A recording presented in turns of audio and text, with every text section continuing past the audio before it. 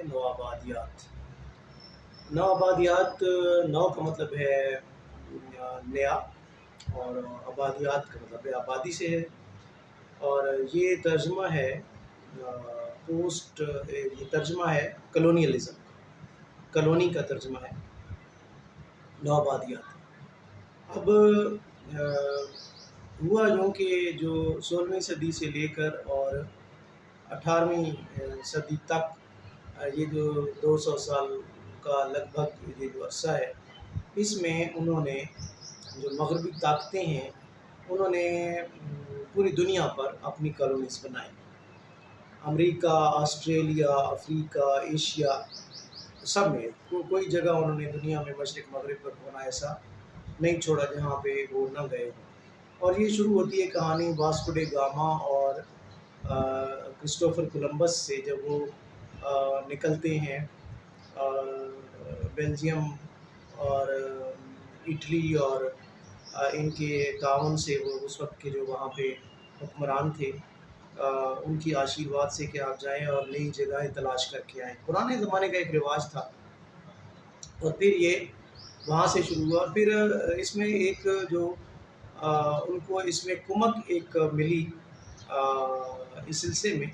وہ تھا صنعتی ترقی کا آغاز۔ اور خاص طور پہ کہا جاتا ہے کہ یہ جو مشینوں کی ایجادات ہوئی ہے، انجن خاص طور پہ جب بنے، مختلف انجن بنے، آپ کو پتہ ہے اس میں پھر ریلوے وغیرہ اور باقی جو ہاتھ سے لومیں چلتی ہوتی تھی، ملیں، فیکٹریاں، وہ بھی ساری مشینری اس پہ آ گئی۔ تو انہوں نے پھر وہاں پہ وہ جو ایجادات تھیں اپنی، وہ متعارف کروائی، اور انہوں نے اس میں یہ کیا کہ ٹارگٹ ان کا بنیادی طور پر تو تھا سیاست، لیکن ان کی سیاست کی بقا جو تھی وہ ان کو اس میں نظر آئی کہ ثقافت اور جو تعلیمی نظام ہے اور جو ان کا آرٹ اور ادب ہے، اس کے اوپر بھی جب تک توجہ نہیں دی جائے گی تب تک یہ مطلوبہ جو مقاصد ہیں وہ حاصل نہیں ہو سکتے۔ چنانچہ ہم اگر ہندوستان پاکستان کی بات کریں یا بر صغیر کی بات کریں، تو یہاں چونکہ آپ لوگ واقف ہیں کہ یہاں پر جب وہ آئے تو 1600 میں جب جہانگیر یہاں پہ شہنشاہ ہند تھا، تو انہوں نے کمپنی ایسٹ انڈیا کمپنی 100 لوگوں کا کنسورشیم تھا، جنہوں نے یہاں سے تجارت کرنے کی غرض سے لائسنس یہاں سے حاصل کرنے کی کوشش کی، اور آگے پھر ایک پوری آپ کو پتہ ہے کہ داستان ہے جس میں انہوں نے اگلے 150 سال میں 1757 میں پلاسی کی جنگ تک جو ہے وہ تقریباً انہوں نے ہندوستان کے زرخیز خطے پر قبضہ کر کے، اور پھر باقیوں کو بھی انہوں نے کسی کو ساتھ ملا لیا، کیرٹ اینڈ سٹک پالیسی جو تھی اس کے مطابق۔ تو اس میں انہوں نے یہ کالونیز جب قائم کی تو پھر انہوں نے یہ سوچا کہ ہمیں اس سلسلے میں کیا کرنا چاہیے۔ تو چنانچہ وہ اپنی حکومت کو مستحکم کرنے کے لیے انہوں نے کچھ ادارے ایسے بنائے، کچھ اقدامات ایسے کیے، مثلا تعلیمی پالیسی جو ہے 1832 کی لارڈ مکالے کی، یا اس سے پہلے جو ایشیاٹک سوسائٹی کا قیام ہے، جس میں جو کمپنی کے جو جیوری بیٹھتی تھی، جس میں کسی بھی انڈین کو بیٹھنے کا کوئی اختیار نہیں تھا، تو وہاں سے انہوں نے اپنے اس چیز کا آغاز کیا، اور پھر آہستہ آہستہ تاریخ، ادب، تعلیم، ثقافت، سماج اور سیاست اور اقتصادیات کو پھر انہوں نے کچھ حصہ انہوں نے دیا، اچھی چیزیں بھی یہاں پہ انہوں نے کی، اور جس سے جو ہے وہ عوام یہاں پہ مطمئن ہوئی، لیکن وہ درپردہ جو ہے وہ ان عوامل کے ذریعے وہ اپنے مقاصد حاصل کرتے رہے۔ اور اس میں جو سب سے زیادہ اثر جس چیز نے ڈالا وہ تھا تاریخ اور ادب۔ یہ دو چیزیں ایسی تھیں جن کے اوپر انہوں نے پورا فوکس کیا، اور تعلیمی نظام ایسا دیا کہ جس میں آپ نے صرف کلرک پیدا کرنے ہیں، اور اس کے بعد جو ہے نا انہوں نے اپنی روزی روٹی کی فکر کرنی ہے۔ اب انہوں نے کیا یہ کہ کیا یہاں پہ لوگ پہلے بھوکوں مرتے تھے، یا کیا یہاں پہ پہلے لوگ جو ہے وہ کیا علم یہاں پہ نہیں تھا، اور کیا یہاں پہ کوئی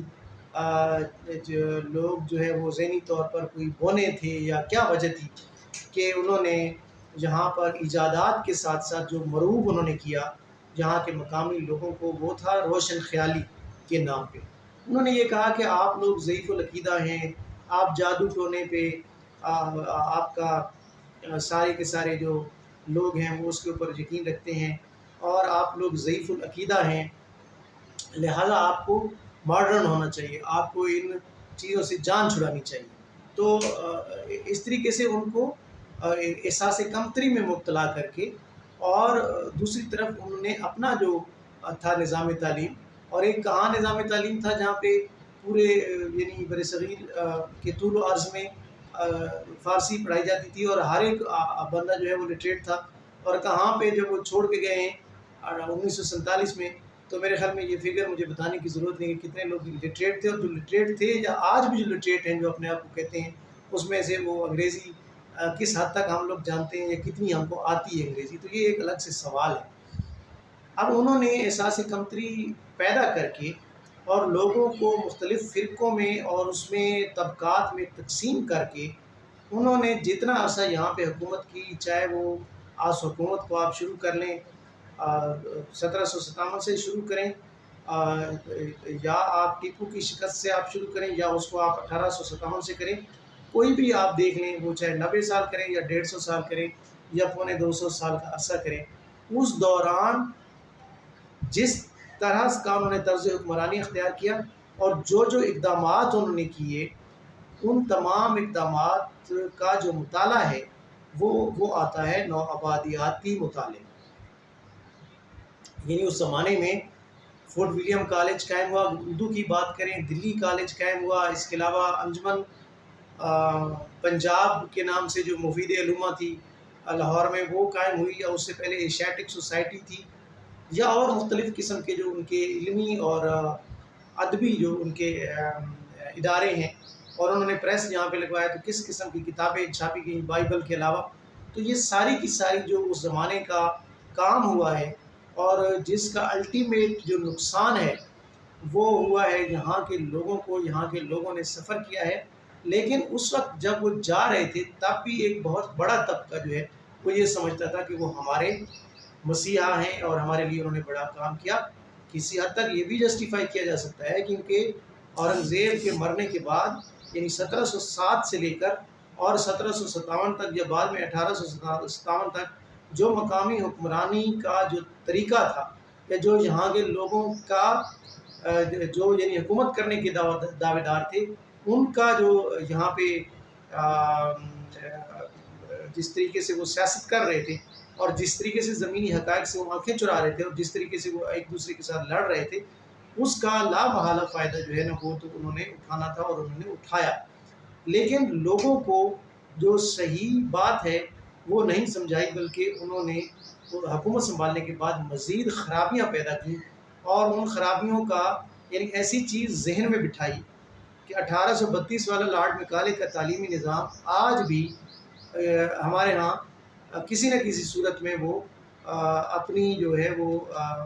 اثبات کر رہا ہے، اور یہاں پر وہ موجود ہے۔ جس طریقے سے وہ سوچتے تھے اور جس طریقے سے وہ چاہتے تھے کہ لوگ یہاں پہ رہیں، اس طریقے سے یہاں پہ وہ لوگ آج بھی رہ رہے ہیں، اور اسی طرز زندگی کو وہ اپنائے ہوئے ہیں جس طرح کا تعلیمی نظام وہ پروڈیوس کر رہے تھے، اور اس کے نتیجے میں جو پروڈکٹ تیار ہو رہی تھی انسانوں کی۔ یہاں پہ میں آپ کو ایک واقعہ چھوٹا سا بتا دوں کہ جب یہاں پہ وہ آئے اور 20ویں صدی کا آغاز تھا، اور جب اقبال وہاں پہ پڑھنے کے لیے گئے، تو اقبال وہ کہتے ہیں کہ جی ایک شخص نے کہا کہ یہاں پہ ایک پادری صاحب ہیں، وہ بڑا ایک اچھا لیکچر دیتے ہیں اور بڑی اخلاقی باتیں بتاتے ہیں، تو آپ بھی چل کے سنیے جا کے۔ تو اقبال وہاں پہ چلے گئے، اور وہ پادری لیکچر دے رہا تھا اور کہہ رہا تھا جی کہ ہندوستان جو ہے وہ ایسا خطہ ہے کہ جہاں پہ لوگ جو ہے وہ ضعیف العقیدہ ہیں، جب وہاں پہ جادو ٹونے کا رواج ہے، اور وہاں پہ عجیب و غریب جو ہے وہ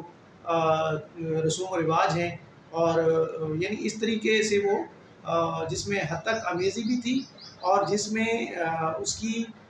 یعنی ایک آقا اور غلام کا جو ایک کنسیپٹ ہوتا ہے وہ بھی اس کی باتوں سے جھلک رہتا ہے۔ تو اقبال وہاں پہ کھڑا ہو گیا، اور اقبال نے کہا کہ بالکل یہ جھوٹ بول رہا ہے یہ آدمی، اور ایسا کچھ بھی نہیں ہے، میں آپ کے سامنے ہوں، کھڑا ہوں، میں ہندوستان سے آیا ہوں، میں بالکل بھی انسیولائزڈ نہیں ہوں، میں بالکل بھی جادو ٹونے پہ میرا کوئی یقین نہیں ہے، میں بالکل روشن خیال ہوں، جس طرح کی یہ باتیں کر رہے ہیں مجھے دیکھ کر آپ اندازہ۔ تو وہاں پہ لوگوں نے دیکھا کہ ایک نوجوان جو ہے نا جس نے اس کو روکا ہے، تو وہ یہ سوچنے پر مجبور ہو گئے کہ یار یہ تو سارا کا سارا پروپیگنڈا ہو رہا ہے اور ایسا بالکل بھی نہیں ہے جیسا کہ وہ بتا رہے ہیں. لیکن جیسا کہ انہوں نے بتایا